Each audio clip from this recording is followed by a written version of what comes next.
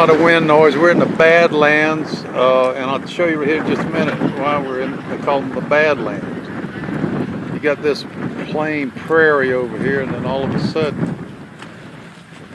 you got this terrain right here within a. I got wind noise, so just bear with me.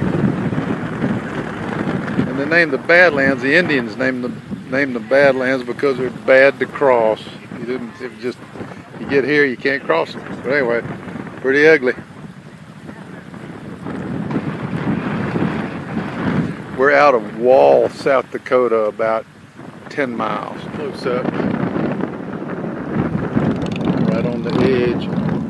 Stay away, Jenny.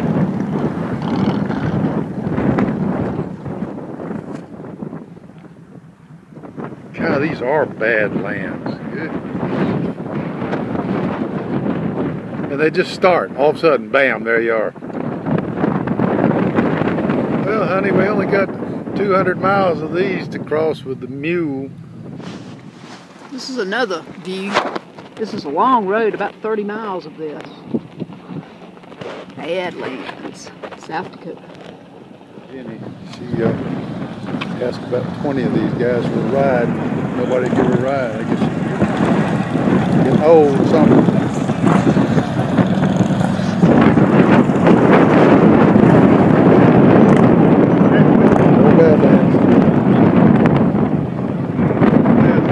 Badlands. We're on the edge of it. You just take this 30-mile loop road through here, but this is some strange territory. These are almost built. Oh, here come the boys.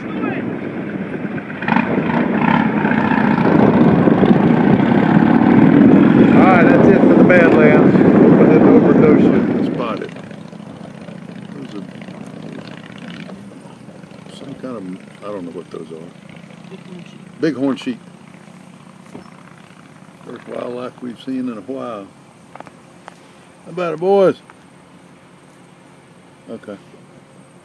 That's it. See ya. Here's an interesting little bit of Cold War history. Just north of the Badlands National Park, right off of I-90. Learned about the missile system here. A lot of it, since the Cold War's been over, has been decommissioned, but they still have a lot of these missiles all over the Great Plains. We're in Wall, South Dakota.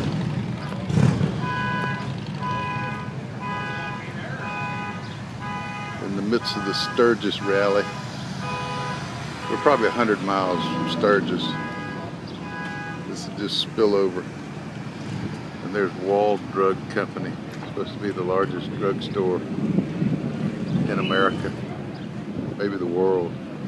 It's a real touristy place, but these bikers have brought them a lot of business. We left Wall, South Dakota, heading east on Interstate 90.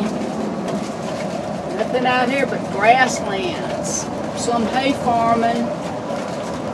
These are the Great Plains of the middle United States. No mountains. They're behind us. South Dakota, sunflower capital of the world, apparently. They're everywhere. Gorgeous. We're on the banks of the Missouri River, which became part of the United States during the Louisiana Purchase. The Missouri River flows through 7 states and is the longest river in North America. And I bet you all thought it was the Mississippi.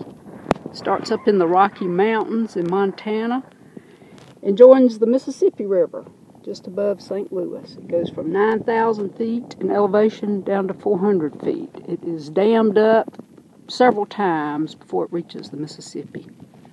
The Missouri River. All right, just a continuation of the Missouri River. I want you to read this. This is say more than I can, better.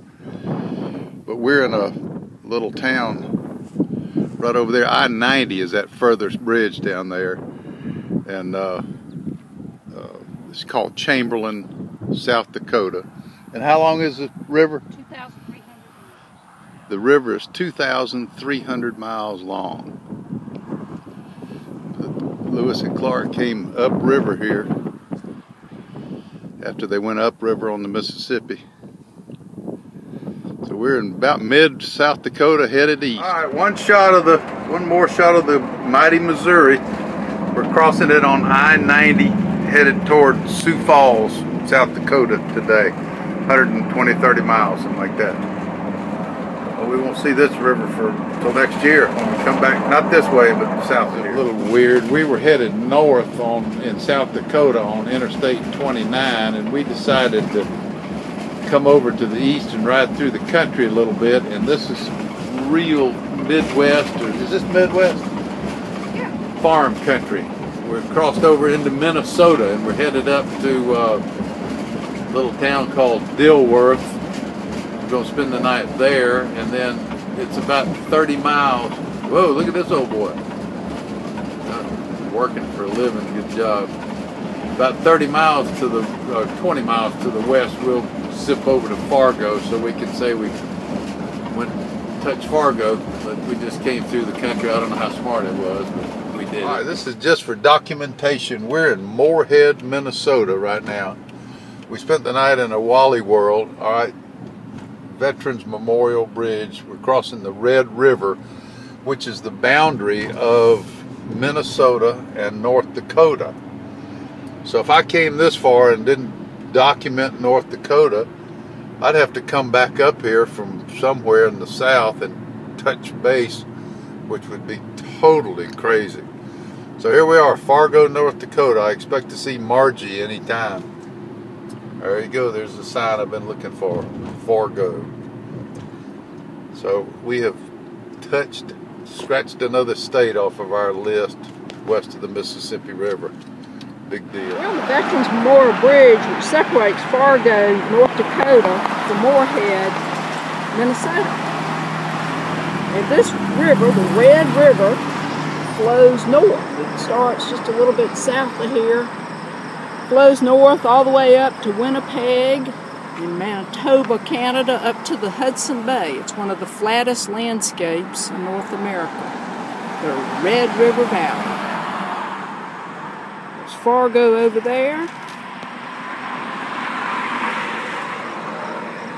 And back over this way is Moorhead. This is a pretty big metropolitan area. It's very progressive looking. Here's an interesting factoid. We're in Baxter, Minnesota, which is right near Brainerd. They're like side by side. And there's a Mississippi River. This is close to the origin of the Mississippi River. Long way to go to the Gulf. And now we're passing into Baxter. We just left Brainerd. A shot of the Mississippi. We're leaving Baxter. Sight. We've been following this guy for about 10 miles. He's got two escorts, one on the front, one on the back. As you can see, he takes up most of the highway. And we're getting to a spot where there's a flagman up ahead. So I know they didn't anticipate this. But anyway, he's a pro. That's what he gets paid for. We're in Duluth, Minnesota, looking out over Lake Superior. This was one of the lakes we did not get to when we were boating up in this area on the Great Lakes. We're right at the Wisconsin border. This is called Duluth Superior Harbor, and it's the most western point of the St. Lawrence Seaway and the world's largest inland seaport.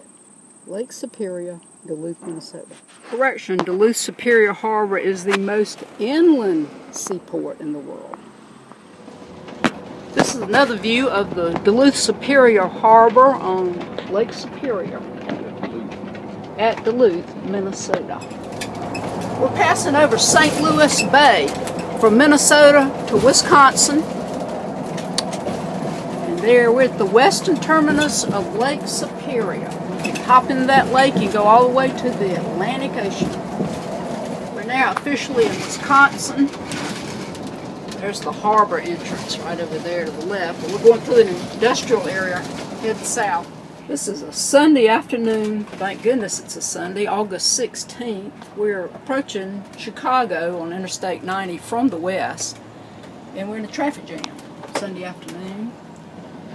That is the Sears Tower down on the Chicago River. God, These trucks interrupting my view. There's the Hancock Tower up on the northern end of Chicago, and there's a big air show going on right up there on Lakeshore Drive. We just spent the afternoon at the 31st Street Yacht Basin with an old boating buddy we met up here 2 years ago in Chicago. And we've left Yacht Basin heading over the South Chicago Bridge. There's Lake Michigan out there. We rode around on it for a couple of hours. There we're heading toward Gary, Indiana. Alright, I'm wrapping up this video. We're in Nappannee, Indiana. I had to run over here and get a little factory work done. This is Amish country, and these guys are all over the place. Pretty good shot there. I had to work for it. We had to find him and get ahead of him. But anyway, August the 22nd, I think. Yep, so much for that. End of this video. Try to get it out today.